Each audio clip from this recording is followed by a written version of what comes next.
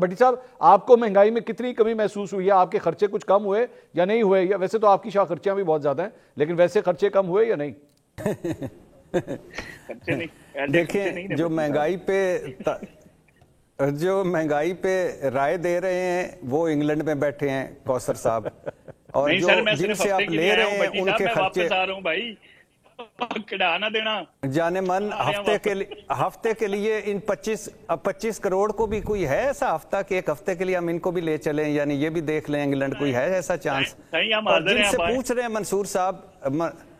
تو جو جن سے پوچھ رہے ہیں یعنی جو مہنگائی پہ رائے دے رہے ہیں وہ انگلینڈ میں اس وقت، جن سے پوچھ رہے ہیں ان کو آپ نے پہلے ہی ڈکلیئر کر دیا تھوڑے تو خرچے ہی زیادہ نہیں، تو مطلب ہم تو دونوں ارریلیونٹ ہو گئے۔ اچھا بھٹی صاحب ویسے ایک بات بتا دوں، ایک منٹ، یہ آپ جن کو آفر کرا رہے ہیں نا کہ آپ کے ساتھ کوئی اور بھی جا سکتا ہے، ان کے ساتھ جب کوئی جاتا ہے نا تو وہ 3-3.5 سال کے بعد ہی واپس آتا ہے، یہ ذہن میں رکھیے گا۔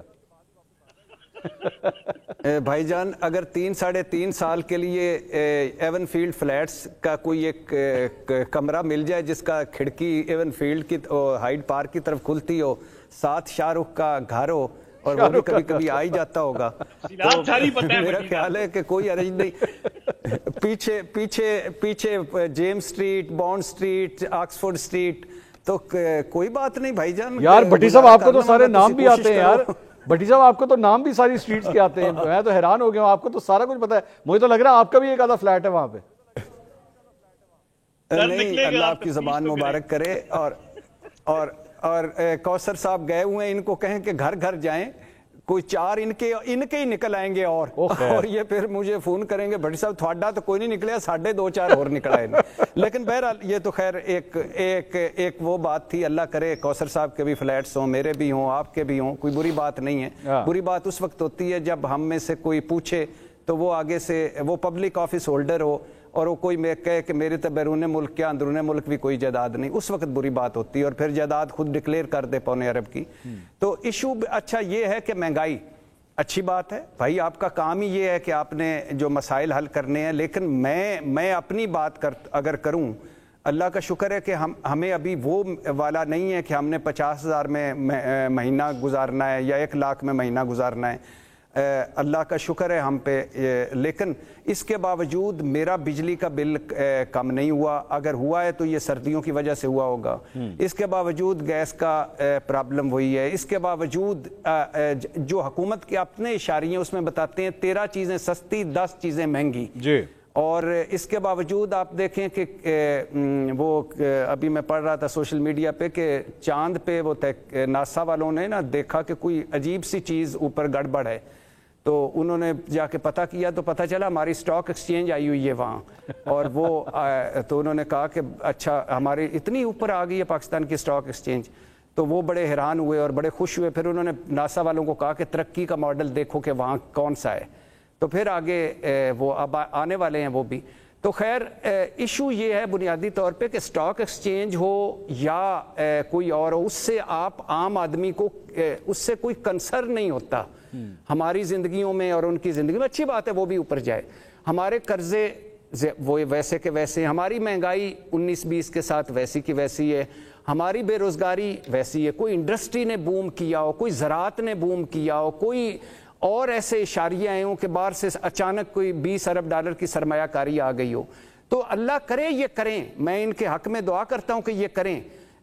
اور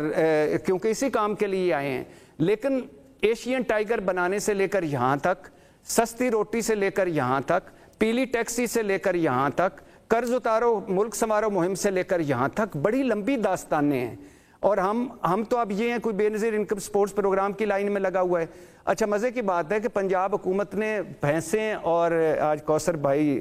آ گئے کہ وہ بھینسیں اور گایوں والا پروگرام شروع کیا، بڑی اچھی بات ہے،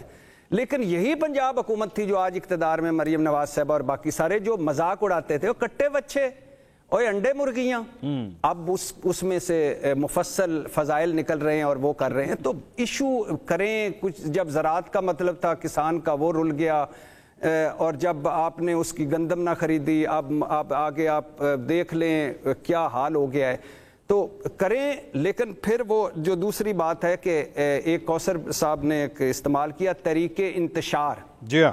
اگر آپ اس کو سمجھتے ہیں بھائی جان کہ طریقے انتشار ہے، ملک کی سب سے بڑی سیاسی جماعت جس نے 8 فروری 2024 کو جس کے اس 8 فروری 2024 کے آفٹر شاک میں ابھی تک نواز شریف صاحب ہیں، اگر آپ سمجھتے ہیں کہ وہ طریقے انتشار ہے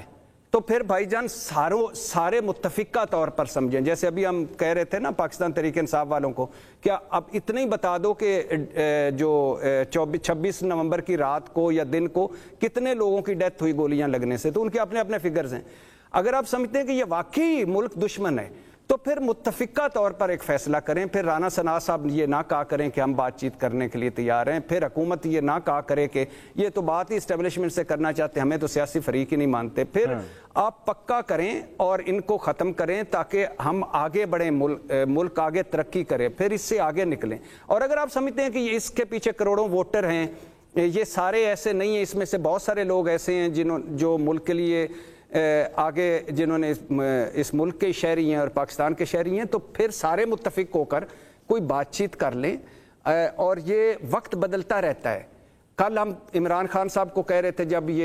وہ کہہ رہے تھے اے سی اتاریں گے تو یہ کریں گے، آرٹیکل 6 لگاؤ، تو اس وقت بھی کہہ رہے تھے. آج ان کو کہہ رہے ہیں، کل پھر یہ اس طرف ہوں گے، پھر ان کو کہیں گے.